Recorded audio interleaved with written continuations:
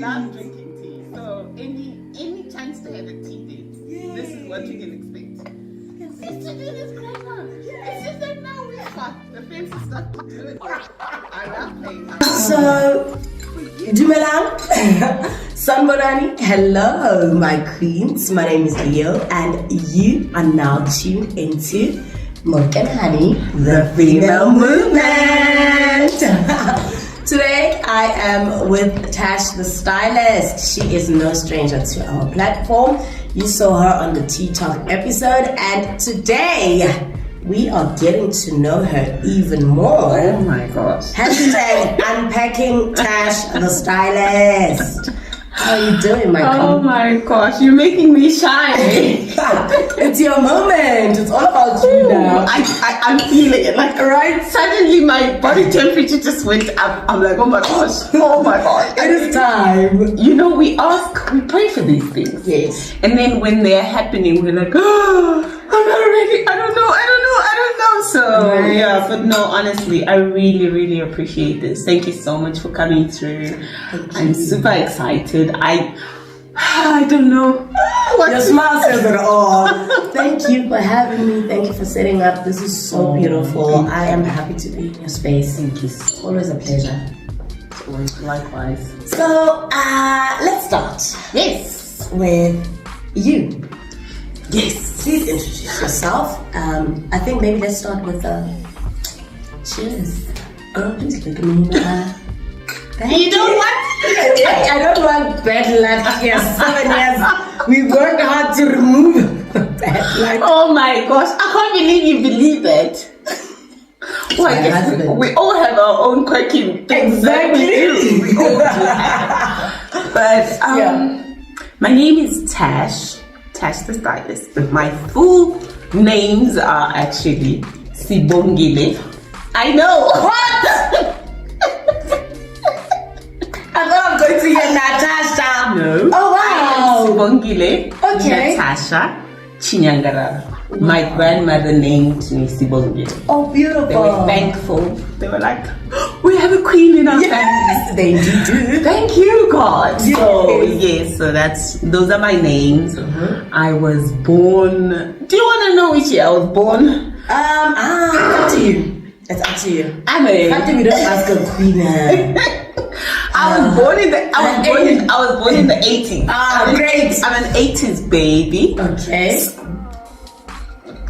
Getting close to 40 soon. Okay. So I'm about to get into my 40s, and I'm excited about that because life begins at 40. Life begins at 40. That's what they say. Yes. Also, it's just the grace of actually growing and maturing and getting into that space with a level of awareness that's different from the last couple of years of my life. Yeah. So I'm excited about that because I can hold my head high and know for certain that life is good. Yeah. Even through the ups and the downs. So yes, I was born in the 80s. Okay. I will be 40 sometime in the nearest future. Yes. Not this year. Not this year. Okay. It's knocking. 40 is knocking. Yeah. And I am a mom of 3 beautiful daughters. Love them to bits. They're such a blessing in my life. I wouldn't trade them for anything in this world. What else? I am the only queen amongst my siblings. Oh. Yes. So they call surrounded by brothers. Surrounded by brothers. Wow. Surrounded by brothers that I love to bits. They are such amazing brothers. I love them. I come from a big family. My grandparents had 10 kids. Wow. So yes, I come from quite a huge family. My dad is late. Okay. My mom is still alive. My grandparents, my paternal grandparents are late. My maternal grandmother and grandfather, they're still alive. So I'm still blessed to have them. And then what else? Where are you from? I am from Zimbabwe. I am a Shona girl. Oh yes. Shona all the way. Hey, anyway, you are putting in. You started with Icho. Yes. And then on the TikTok episode, there's something else you said and you didn't explain. Chibage. Oh, that's maize meal. smile. So when you say Chibage, you smile. So I'm roping you into this Shona. Yes. And so, I love learning from you about that. So yeah. I grew up with my grandparents. They raised me. I was their little baby girl. Yeah. And I also want to ask about your brothers, like growing up with brothers. How did that? I didn't grow up with my brothers. Oh. Yes, I didn't grow up with my brothers. Okay. They grew up on their side, their mom's side of the family. So it was just you growing up? Just me. It was just me and my cousin sister. Okay. People actually think we're sisters, but my dad and her mom were brother and sister. We do look alike. And then there were other kids in the family, but yeah. Okay. Yeah. So like my brothers, I started knowing them when I was a bit older. So, but we have quite a good relationship. Oh, that's great. Yeah. They're like my support. Yeah. Yeah. That's beautiful. Yeah. And how would you say your upbringing was? Growing up with such a huge family. I mean, 10 children, that is... Well, they were old. They were much older, so I didn't grow up with my aunts and uncles. Yeah. Yeah, but I'm just saying, the scope of the family. With yes. 10 children from the grandparents. So actually, it falls at out home to at that time. It was mostly just 2 of us. Okay. We were young, my cousin and myself. Oh. And my grandparents did the best that they could with what they had and what they knew and understood. Yeah. I think we all go through life and we all have different needs. Yeah. And sometimes they're not always met because everyone is trying to get on with life and making sure that the basics are there. So as I grow older now, I'm starting to realize that sometimes when you grow in a family, it doesn't what you need at that time is not always a top priority because people are focusing on providing. So and I think for most of us, we are, when we're growing up, we're looking for the emotional support. But they just need to provide and make sure that everything is there. So they don't even know how to be that or how to be there in that way. So I think for me, that's what was missing, that side. So I struggled with that and I became the black child. I became the rebellious, seeking attention, looking for attention. Yes. And I ended up being a teen mom. I gave birth, I got pregnant at 19. And gave birth at 20. Oh, okay. Yeah, so how was that journey? Yeah, and actually you're leading us straight into the next part, my next question. Motherhood, how's that at that point? A journey and a half. I mean, think about a child having a child. Yes. What did I know? Absolutely nothing. I mean, I had no idea. I was still growing. I didn't even know who I was. So how can you expect a young child to try and be present fully, emotionally, physically, financially, in any way? And also given the fact that you said you had some emotional things so I'm trying to fill this void, looking for love by going out and dating. And now I get pregnant. Yes, now you've got an even bigger challenge. Now I have a bigger challenge. And so because I couldn't provide for my daughter for a while, I couldn't be that mom. I ended up not being in her life for quite a number of years. So I could come and study here and get my life together and sort myself out. And then eventually when I got settled and I was in a good space, then she came and she joined me. So you can imagine not being with your child, what it does for her, what it does for you as a mother. I felt like a failure, and I think I was really hard on myself, but I was kind at the same time because it pushed me to want to do better, to change my life, to be driven, to have my dream and say, I need to do this. And I wish I had actually taken my journal. I remember writing down in 2009, my first journal ever. Wow. And I wrote there that I have to make it. I have to make it for this little girl. And that's where my journey began, of finding myself, of sitting still, even though I didn't know at that time. I look back now, I'm like, oh, I sat still. And I had to listen and be in tune with, now you have to grow up. Now you have a responsibility. So you have to step outside of yourself, outside of your immaturity, outside of your little small world. Yay. Because now your world has become much bigger. Yeah. You have a human being. Now. Yes. You have a human being that you have to take care of. And so in doing that, I came to South Africa to study skin and health. Yes. And then I did my studies, I finished. And life was happening. By that time, I was now married. Yes. And let's take a pause right there and rewind it to looking at it in hindsight. Yes. Right now, what did you think that gap did, that experience, to your daughter? What are some of the things that So it taught me. It taught me that cycles repeat themselves in our lives if we're not aware. Because I'm also a product of teen pregnancy. My parents had me when they were young, and so hence I was raised by my grandparents.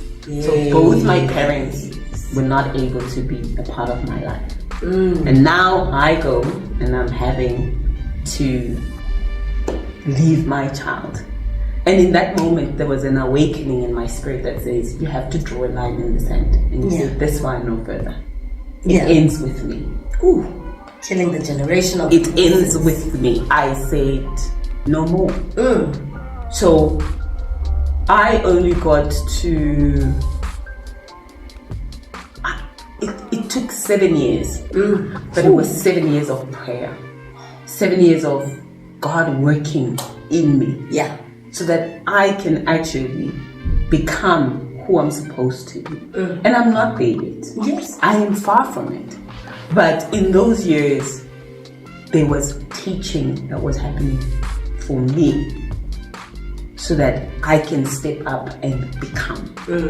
And I've had, obviously it was a difficult time for my daughter because she wants to be with her mom. And you want to experience both your parents, because she was with her dad, but I would, whenever I go home, then I would spend time with her. But I mean, it's a week, 2 weeks, and I have to come back to school.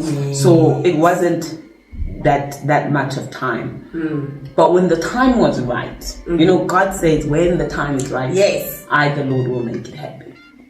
She moved here, and she's with me. Yeah. And she's with her sisters. And it was like she never left. And it was like she never left. That's beautiful. Okay. Now you are married. Now I'm married. So I'm doing the marriage journey. It's beautiful. It has its challenges. It got so challenged that we ended up going our separate ways. Yeah. So that happened, and I took it as another speed hump in life that slows you down. Yes. Okay. Next chapter of your life is unfolding. I don't know what that looks like. I'm still on the journey. Let's get a little bit into the marriage. Yes. Nothing hectic, but what did you take out from that experience? What lessons? So many. Oh, so many. I wouldn't be this version of the woman I am if I had not been married to the man I was married to. Yeah. He's a great guy. Yeah. We just have different paths in life, and that's okay. It doesn't make him wrong, or it doesn't make me wrong, or any of us right. I honor the time that I was married to him. I loved it, I enjoyed it, and when it came to an end, I also released it. I released it with grace of knowing that it's okay. It was a chapter. Yes. And if it was meant to be forever, it would have been forever. So there were so many lessons that I learned in the decisions and choices that I also have to make in life. That I think we needed each other for that time. Yeah. I define it as a pot plant moment. Yeah. That both of us met and we were pot plants, right? And when you have a plant in a pot plant, when you water it, it doesn't require much. The water is enough, the nutrients are enough. Yeah. But the moment you take it out and you put it in the land, it has to expand, it has to grow. But it means that the nutrients that are needed and the watering and everything is more. So I think we just both had capacity to nurture each other whilst we were in the pot plant. And when we got out and relaxed and started flourishing in our own moment, doesn't make it wrong. Yeah. It just means that at that time our needs were that small. I needed kindness. I needed someone to be there for me, and he provided that. And I was like, oh, the sun is out now. I can bloom. I can flourish. What more do I need? Now I'm finding my purpose. Now I'm there. I'm there. I'm there. And then we start asking the question, where are we going? And then we're no longer aligned. That misalignment begins to show because we looked at love and thought it was what was going to hold the relationship. Love is not enough to hold a relationship. Purpose is what is supposed to bring people together. Where are we going? The man carries seed. I am the womb. Does he carry seed that this womb, this land can recognize? Because God said, be fruitful, multiply, fill the earth and subdue it. Yes. So if this seed is not the right seed for this land, it doesn't mean that it's the wrong seed. It just means the environment for both. And so we can't find our purpose together because our core foundation was love. Not, where are you taking me? Am I the suitable helper for that? And so we begin to frustrate each other because I'm like, give me seed. And he says, but I've given you seed. But What more do you want from me?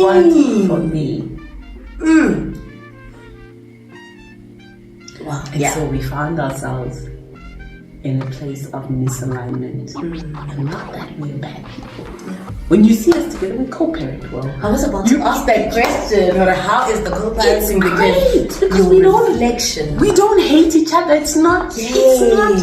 We're not in conflict. We're just on different journeys in life, and that's okay. I love that. We are called for different things. Yeah. And to be able to I honor and respect him. Likewise. Wow, that's beautiful. I love your reflection. Yeah. Without even, adding the problems we had and this and that and that. It's a beautiful, peaceful reflection. And it allows for you to also flow in the co-parenting space. Oh, and it's beautiful. Wow. I love it. I enjoy it. We can go on a picnic date with our kids and not feel like, oh my gosh, I want to strangle this guy. No. Love we that. do donut toasts. Oh my word. Because we have a responsibility of our kids. Just because we separate, we're not together. Yeah. We didn't divorce our kids. Yes. They are still our babies. And the children do not have to suffer. And it doesn't have to be perfect. Do we get it right? No. No. Wow. I love that, Tash. Okay, let's step into Tash and your journey in motherhood. How have you evolved? Oh my word. What has changed in you? A lot. it has healed me. It has healed the broken little girl in me that I never saw, that felt unseen. And getting to experience life with my kids, more so in this particular season where I'm being called and challenged to be intentional. There's parenting because we have to do it, because we have kids, we have a responsibility. And then there's intentional parenting where we actually connect, come to the same level with our kids. And I think over the years, because I was in functional mode and I didn't understand myself, I didn't know who I was, so I didn't know how to operate in who I'm supposed to be. So even my parenting was affected. We are a product of the environment that we grew up in. So I realized there were certain traits in my parenting that reflected how I was parenting. And so, you know, the frustration, you command, you tell, you have to do the dishes, you have to do it this way, you have to. Whereas engage and say, okay, where are you? How do we find our common ground? And I see you and you see me. A perfect example. This morning, my little one was not wanting to get ready for school. It's just, so I had to have a little bit of tough love. But it's not the tough love of I'm going to smack you. I explained to her, because you don't want to get ready for school, maybe today you should just stay home. So that you understand that your decisions have a ripple effect on others, because now you are delayed, it means your sister is delayed, it means I'm delayed, it means everyone is going to be late. So that we are not late, you can sit out today because you don't want to go, but because there was something important that she wanted to go and be a part of, she was not having it. So I said to her, I woke up and I was ready to help you get ready for school, but now I have to start getting other things ready and help your sister also get ready. You have to figure out how you're going to do it. So she goes, she showers properly because she had not showered properly. Showers properly. She gets herself dressed because she's now under pressure with time. Because she needs me to take her to school. She got her lunchbox ready. She's 9. Wow. Got her lunchbox ready. Packed everything. She knows the drill. It's fruit, yogurt, chips, juice, bread. Everything. She made her own sandwich. In the morning. Why? I had to remind her that when we make decisions, sometimes they also have an impact on others. And you have to think about others. You have to be considerate of others. She was throwing her tantrum. I said, ma'am, you made the choice.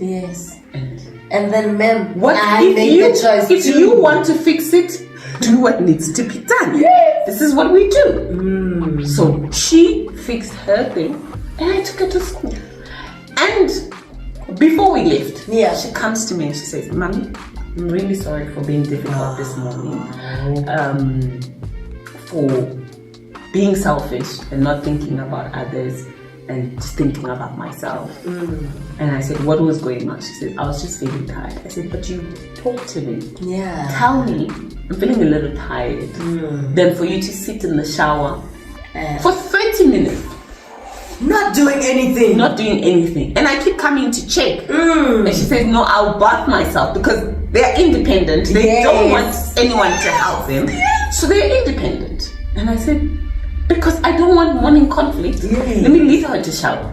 But when I realized she wasn't showering, I said, you're not going to go to school without showering and become a stinky bomb in class for everybody else. So she had to go back and shower properly, get herself dressed. Now she's doing it with, I have to go. So do you think in the morning we're going to have the same problem too? And then when that happens again, we come back, we remind. So, looking back, I don't think I would have gotten away with that. Yeah.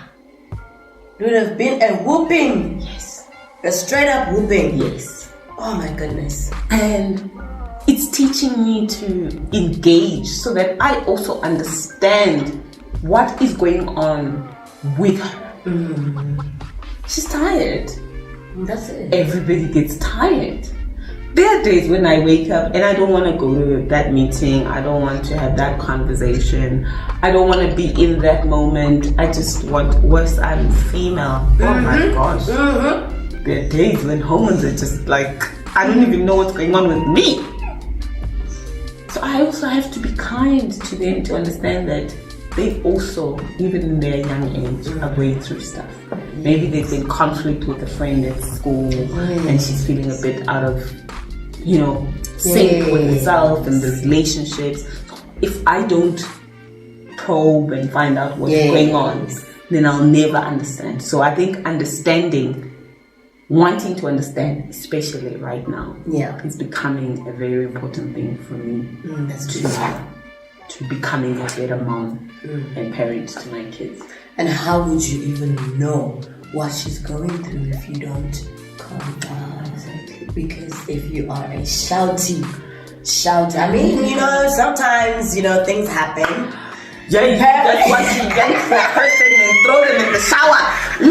When you put clothes in the washing machine, you want to rinse them off like that. But that's what healing looks like.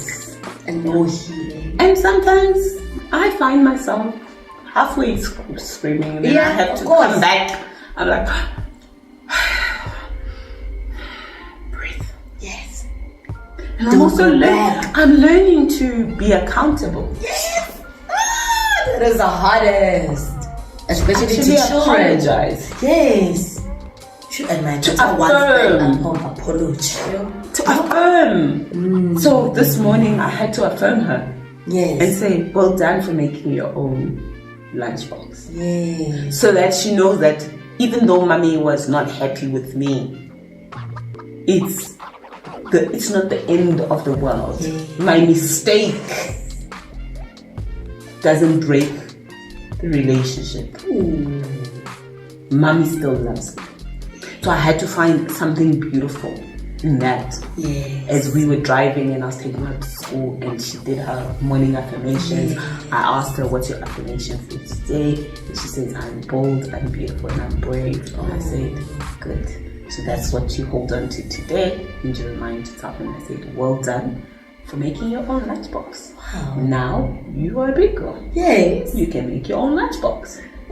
And I love the accountability that comes so naturally as well. I mean, I believe you do teach her to take accountability, but in that moment, yes, it was beautiful. Did you need to say, no, you must apologize? No, I didn't. It came because my plan was actually to then make her aware of why I had to take that decision while we were driving. But she didn't even wait for me. She's the one who came and said this. Yeah. And even with my older ones, I'm learning. Navigating those spaces. And when they're older, it's even more difficult because they now think on their own. They now have their own opinions and they're looking at life differently. So and we are a bit blended family. Okay. So my ex-husband has an older daughter. Okay. And she's very much a part of my life. And I have my one that I had when I was young. Yes. And then the little one. Oh, so you can imagine the dynamic. Yes. But by God's grace, we are finding ourselves and we are thriving. Perfectly? Definitely not. Yeah. Imperfectly perfect. Sometimes I'll get it wrong. Sometimes my kids will get upset with me. Yeah. I will get upset with them. And that's life. Yeah. That's life. Yes. That's okay. I always say to it, don't worry, you learn when you have your, I cannot wait to have my grandbabies when they're older. To remind people that I went through when you used to remember when you did this too. So I'm embracing that journey and being okay with not being perfect. Yes. Being okay with not having to perform. Yeah. That they see me in my rawness. Yes. Even when I'm having down moments. Yes. They know that life happens and Yes. mommy cries. Life happens and mommy doesn't have it together. Yes. I don't always have it together. I can't have this perfect done All the time. all the time. Yeah. And they are learning to be kind also and finding their gentleness in my down moments. Yes. So yeah, that's my motherhood journey. I love it so much, Tash. And my next question is on lessons from your childhood. Yes. And obviously coming from healing, allowing your children to heal those parts of you that were broken from your childhood. Let's talk about your lessons from your childhood and what you healed from and how you healed Abandonment, from. rejection. That's what I felt growing up. Yeah. And being embraced by my kids in my imperfect ways has been the most affirming thing. My older daughter is such a blessing in my life. Her loving me, even though I'm not her biological mom, and the relationship that we have is affirming. It reminds me that I'm loved. My daughter being able to love me and forgive me even though I was absent for a while in her life is healing. I'm healing my own journey because I didn't grow up with my parents. So I felt abandoned. But I get to live in the moment and be the little girl who felt abandoned and live life with my kids. I pray they feel loved. I know I remind them, I tell them all the time, they tell me, they know that they are loved. And it's in that constantly affirming each other and reminding each other of our space in each other's hearts. That for me is healing. Ooh. And did you ever have a moment to have a sit down with your parents and kind of, be honest about, how you felt and the wounds? I know it's very difficult to, share with parents about what wounded us as children. Yeah. My dad is late, so I never really got to have that conversation with him. Yeah. To some degree, I did have, but like you said, it's a difficult conversation to have. Yeah. So I did have with my mom. I shared with her what I kind of felt, but it's not an easy conversation to have. Yeah. It's really not. So I found my own healing and released and looked at life and said they could never have given me what they never had. And when I looked at it from that point, I said, what did they know about being parents? What do they know about positive parenting? Because they are fighting for their own lives. They're trying to figure out their own lives. So I no longer look at it as rejection. Yeah. I look at it as the path that was set for me. Yes. That's the path that I have to leave, or had to leave, so that I can become, I can have the blueprint of this Tash, this version. Yes. I can remind others that you are loved. Doesn't matter what you've been through, what you've not been through. Life is beautiful. Yeah. So I'm embracing my scars, my pain, and living victoriously and shining through that. Oh, yes. That's so wonderful. I'm not abandoned. Yes. I've always been loved. I've always been loved. I just didn't know it. I just didn't see it with those lenses. Yes. Because the world tells us life has to be ABCD. Yes, but I'm learning that the dream of the planet is black and white. Yes. Oh, I love that. Nothing is black and white. Mm-hmm. And I love the beauty in it. Mm-hmm. The abstract, colorful, Yes. diverse. And I love that you say that you affirm that you are not a bad man. I'm not. I'm not. Right? Because when we hold on to that poison, it only eats you up. Girl. Angry at the world, angry at your parents. Everybody. Aye, man. I love that, Tash. I absolutely enjoyed getting to know Tash the Stylist. Now,